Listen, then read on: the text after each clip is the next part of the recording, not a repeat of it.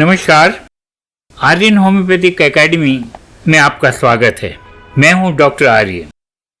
Doctor Samuel Hahnemann की life और उनके वर्क की श्रृंखला को आइए आगे बढ़ाएं। In this video we shall talk about Hahnemann's repertories. Fortunately, Hahnemann after a long time got an assistant in Dr. Hahnemann, who had come to get his wife treated by Hahnemann and learn this new healing science and eventually settled down in Cochin. After Hahnemann left for Paris and practice, he would prepare medicine and send them across to Hahnemann in Paris. During this period, Hahnemann also employed Dr. Ernest Ferdinand Ruckert, who had returned from Livonia, and set him to compile and arrange a repertory of all remedies named in chronic disease. This work had been originally conceived as the last independent volume of chronic diseases. The cost of laying down the type, however, was sufficient to prevent the publisher from publishing it, and it remained in the manuscript form. The preliminary work for this had been done for some years in a register maintained by Hahnemann, but even that was not enough for him. Two similar works by Ruckert and Weber did not appear to Hahnemann exhaustive or adequate.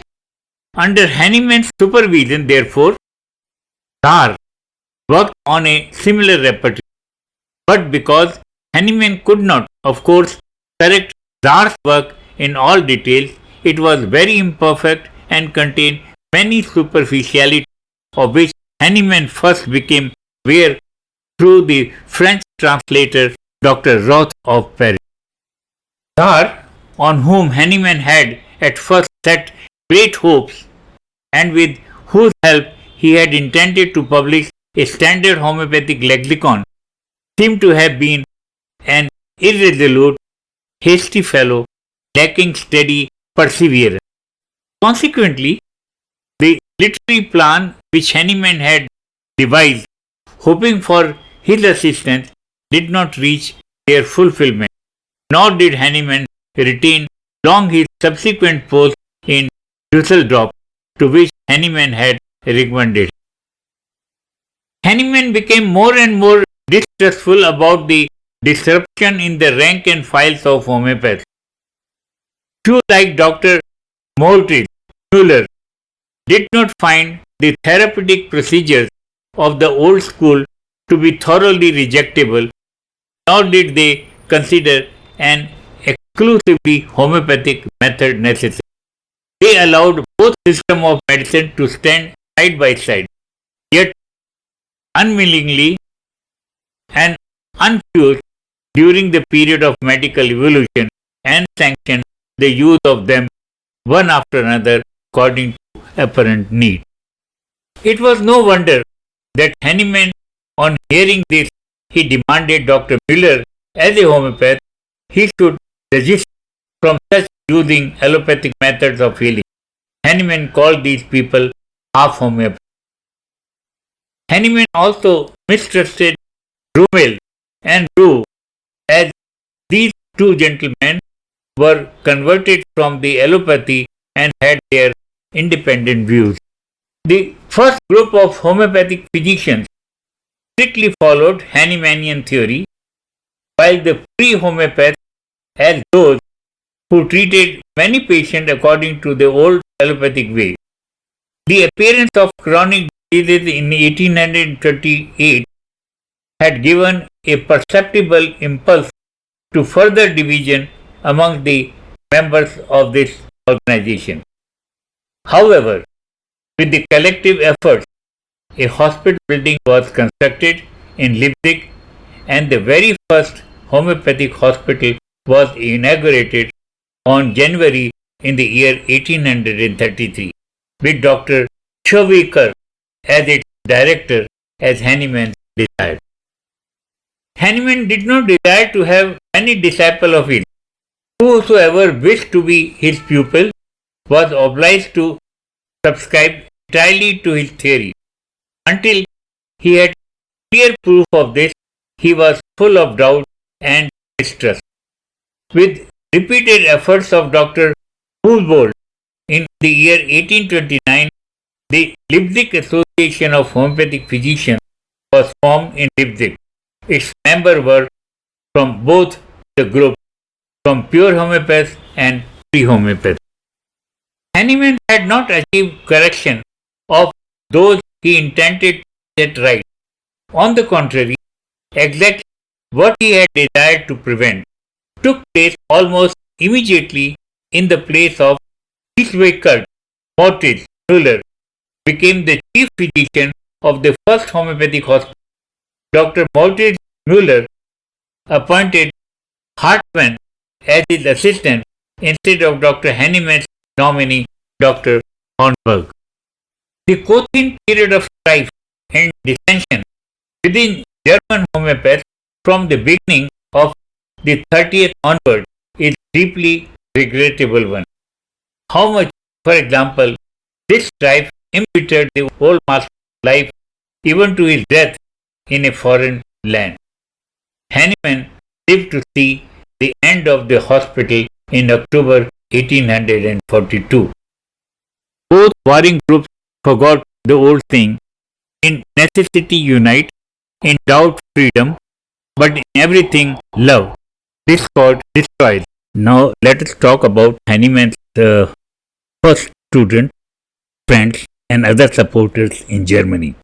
An increasing spread of homeopathy in Germany, rest of Europe, in North America and India. Since Dr. Constantine Hering and Dr. John Martin Honenberger respectively.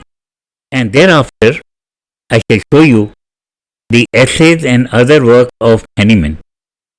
The literary work of Hahnemann may be divided into two categories: pre-homeopathy work of Hahnemann and post-homeopathy work of Hahnemann. The pre-homeopathic work comprises of translations, annotation, revisions, etc. on authors' articles and writings, and his own written work in chemistry and in medicine. Post-homeopathy work of Hahnemann begins from the beginning of his new system of medicine, for which he worked for more than 50 years till his departure from Germany.